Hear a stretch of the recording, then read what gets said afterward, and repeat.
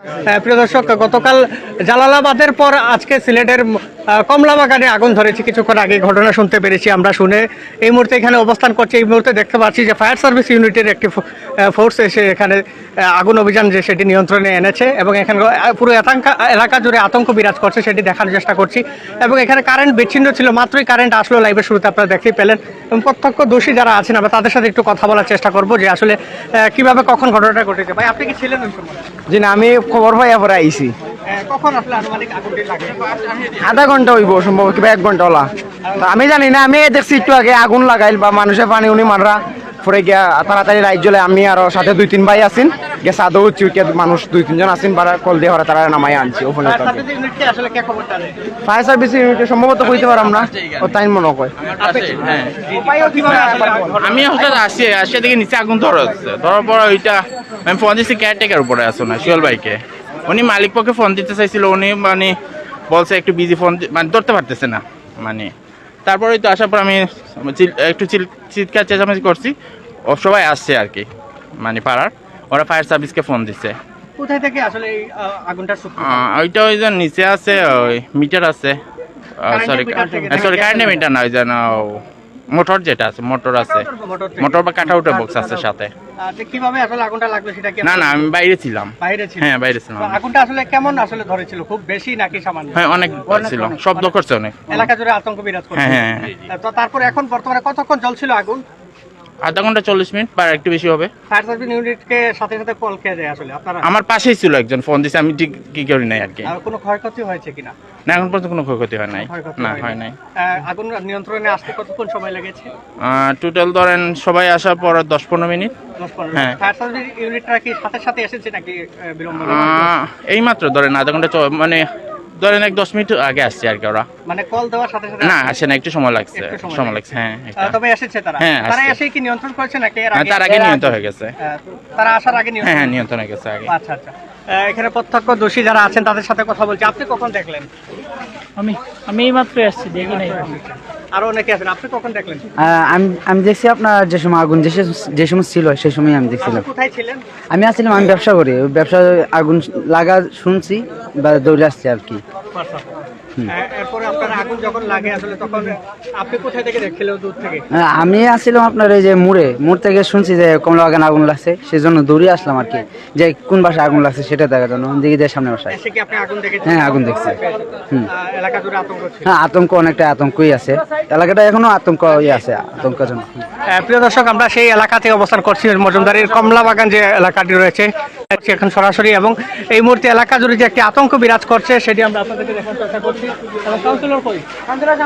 এবং এই মুহূর্তে যে পরিস্থিতি আমরা আপনাদেরকে দেখার চেষ্টা করছি, আপনারা যারা যেখান থেকে আছেন, কাউন্সিলর কি যে পরিস্থিতি আসলে বর্তমানে বিরাজ করছে সেটি আপনাদেরকে দেখার চেষ্টা করছি। আপনারা অনেকে বিভিন্ন জায়গা থেকে আমাদের সাথে যুক্ত আছেন। আমরা আসলে এখানে স্থানীয় কাউন্সিলর যিনি আছেন তার সাথে আসলে কথা বলার চেষ্টা করব। সিলেটের কমলাবাগানে এই অগ্নিকাণ্ডের ঘটনাটি ঘটেছে কিছুক্ষণ আগে। আমরা সেই ঘটনাটি আসলে কাউন্সিলরের সাথে উনি কথা বলার চেষ্টা করবেন। আমরা 4 নং ওয়ার্ডের কাউন্সিলর আছেন, আমরা ওনার সাথে কথা বলবো। জনাব শেখ তোফায়েল আহমেদ শেখুল আছেন। ভাই, আসলে কখন আসলে ঘটনাটি ঘটে বা আপনি শুনতে পান? বেশি সময় নয়, মোটামুটি আধা ঘন্টার ভিতর ছবি আগুন জ্বলছে নিপছে। তবে খুবই একটা রিস্কি ব্যাপার হলো এই যে বাসার এই যে একটা খুঁটি, এবং এমনভাবে আসলে আমাদের মানে কত সচেতন মানুষ। তার আমি যখন রাস্তা ডালাই হয়, যখন এই খুঁটিগুলো সরানো, আমি ওনাকে বলেছিলাম যে এই খুঁটির ডেঞ্জারাস, এই লাইনটা আপনি বুদ্ধি করেন, আমি নিজে এসে বলেছিলাম। কিন্তু আজকে এই যে লাইনগুলি প্রায় বাসা কয়টা ফ্ল্যাট আছে, যাই হোক 2% 1% বাসা, 2% যদি হয় 5 তলা বিল্ডিং, 1 2 3 4 5 7টা 10টা ফ্যামিলি, বাকি আন্ডার কনস্ট্রাকশন এখানে আছে। এভাবে আসলে আমি জানি কোন বিবেকবান মানুষ যে এই যে লাইনটা নিয়েছেন উনি একসাথে প্রতিটা বাসার, এটা তো আসলে আমি বুঝতে পারলাম না। প্লাস হলো যে আমাদের যারা সিলেট সিটি কর্পোরেশনও আছেন, যারা আসলে বিল্ডিং কনস্ট্রাকশন নকশা যারা পাস করেন, আমি তাদের দৃষ্টি আকর্ষণ করছি এবং বলবো যারাই বিল্ডিংয়ের নকশা নেবেন অন্তত সে তদারকি করেন রেখেছেন কিনা এবং রেখে কাজ করেছেন কিনা। আর বিদ্যুৎ বিভাগ যে এই লাইনগুলি দেয় সম্পূর্ণ দোষ বলো তাদের, তারা এইভাবে কীভাবে অন্যায়ভাবে একসাথে 8-10টা 15টা মিটারের লাইন একসাথে দেয়, এটা তো খুব অমানবিক বিষয়।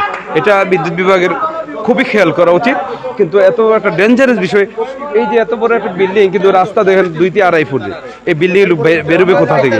এবং যেখানে আগুনটা লেগেছে এই লাইনটা পুরো গিয়ে সিঁড়ির নিচেই, যেদিকে মেইন বেরোনোর জায়গা, এখানে আগুন লেগেছে।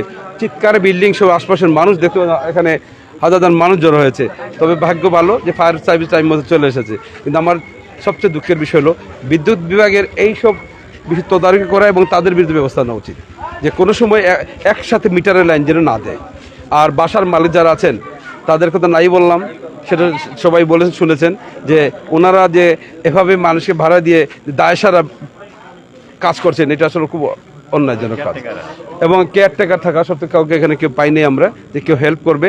এলাকাবাসী হেল্প করেছেন এবং এলাকাবাসী হেল্প করে। এবং আমি একটা অনুরোধ করবো সবাইকে, যে শুধু আমাদের এই 4 নম্বর ওয়ার্ড নয়, পুরা সিলেট সহ সারা বাংলাদেশ অনুরোধ করবো সবাইকে, একটি ফায়ার সার্ভিসের একটি দেখেছে ফায়ার একটা বক্স, একটি এটা কি বলে যে সিলিন্ডারগুলি আছে, আমি আশা করছি যেন অন্তত প্রতি বাসায় একটি সিলিন্ডার রাখেন।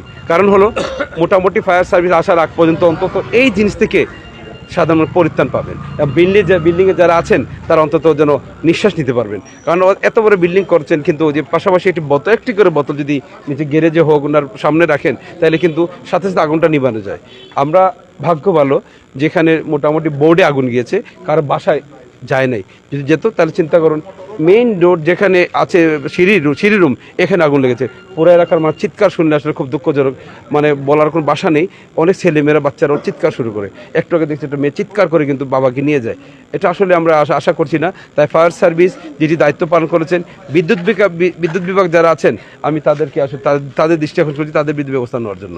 এবং আমরা সিলেট সিটি কর্পোরেশন মানে মেয়র মধ্যে আমরা ক্লিন সিটি গ্রিন সিটি যারা অভিভাবক যেন আনোয়ারুজ্জামান চৌধুরী, ওনাকেও বলবো যে উনি এই সিটির অভিভাবক, অন্তত যেন উনি নির্দেশ দেন এই শহরে যারা বাসাবাড়ি আছে তাদের প্রত্যেক যেন একটি ফায়ার সার্ভিসের ফায়ার সেফটির জন্য যে একটি করে বোতল আছে সেটা বাসায় রাখেন।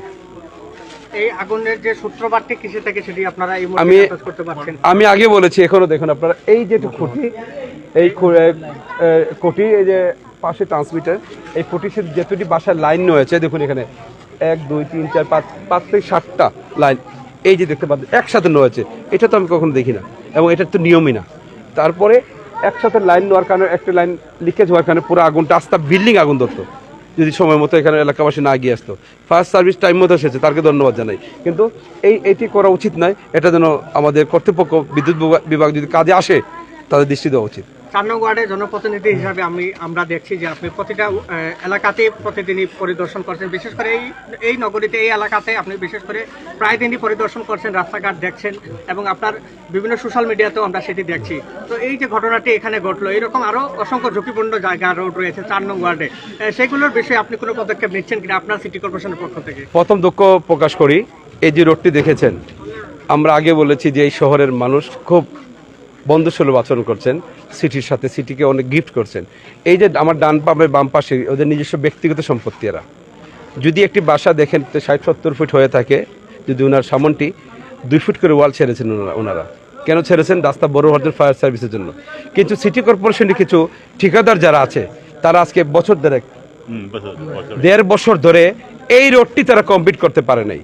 আজকে তাদের জন্য এই সামনে রাস্তা ডালাই হয় না। যদি আজকে ডালাই হতো, যদি এর বড়দের আগুন লাগতো, এই রোডে কিন্তু গাড়ি ঢুকতে পারতো না। তাদের এই এলাকার মানুষ এত যে স্বেচ্ছায় প্রায় 17,000 কোটি টাকার মতো জায়গায় সিলেটবাসী ছেড়েছেন, স্বেচ্ছায় ছেড়ে দিয়েছেন।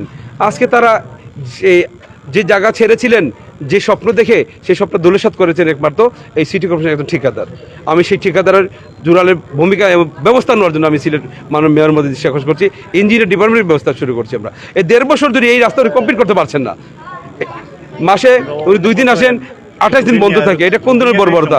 আমরা সিটি কর্পোরেশনের যে ইঞ্জিনিয়ারের মধ্যে দৃষ্টি আকর্ষণ করছি, যে কাজগুলি করেছেন ওনার জন্য আজকে আর বড় দুর্ঘটনা করতে পারতো। আমি তীব্র প্রতিবাদ করছি এবং তার ব্যবস্থা অনুরোধ করছি আপনাদের। হ্যাঁ সকল ভাই, আমরা জানি যে আপনি নবনির্বাচিত কাউন্সিলর এবং আপনার খুব বেশি দিন হয় না দায়িত্বে আছেন, বা এই সীমিত সময়ের মধ্যে সবকিছু কমপ্লিট করা আপনার দ্বারা সম্ভব নয়। তবু আমরা কিছু কিছু জিনিস দেখেছি যে কারেন্ট নিয়ে 4 নং ওয়ার্ডের বেশ কিছু বিড়ম্বনা আছে। তাদের উল্লেখযোগ্য জিনিস হচ্ছে সিলেটের ফরিদবাগ এবং ঘূর্ণি এলাকার নিচে আপনারা দেখেছেন যে আজ 3-4 দিন থেকে সেখানে খুঁটির কোনো বাতিতে আগুন জ্বলছে না।